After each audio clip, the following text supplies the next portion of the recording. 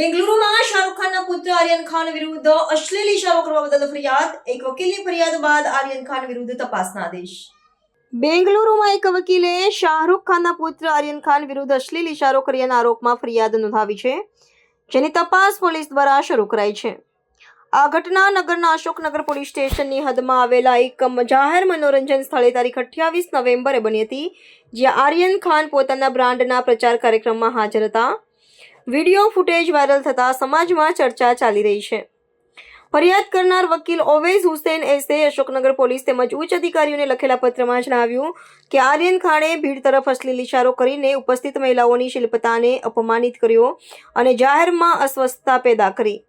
તે સમયે કર્ણાટક વિધાનસભા અધ્યક્ષ જમીર અહમદ ખાનના પુત્ર ઝૈદ ખાન અને અન્ય અભિનેતાઓ તેમની સાથે હાજર હતા, જેના કારણે ઘટના વધુ ચર્ચામાં છે. પોલીસે આ મુદ્દે પૂબ મેનેજર અને તકનીકી કર્મચારીઓને પૂછપરછ માટે બોલાવ્યા છે. સમાજમાં આ ઘટના પર વિભાજિત પ્રતિક્રિયાઓ જોવા મળી રહી છે, જ્યાં કેટલાકે આર્યનના વર્તનની નિંદા કરી છે તો કેટલાકે તેને નાની ભૂલ માની છે. પરંતુ વકીલે ફેબ્રુઆરીમાં થયેલા સમાન કેસનો ઉલ્લેખ કરીને કડક કાર્યવાહીની માંગ કરી છે. પોલીસ તપાસ પૂર્ણ થયા બાદ ભારતીય ન્યાય સંહિતા હેઠળ ગુનો નોંધવા અથવા વધુ પગલાં લેવાનો નિર્ણય લેશે, જે જાહેરમાં અશ્લીલ વર્તન અને મહિલા અપમાન સાથે જોડાયેલા કેસોમાં કડકતા દર્શાવે છે.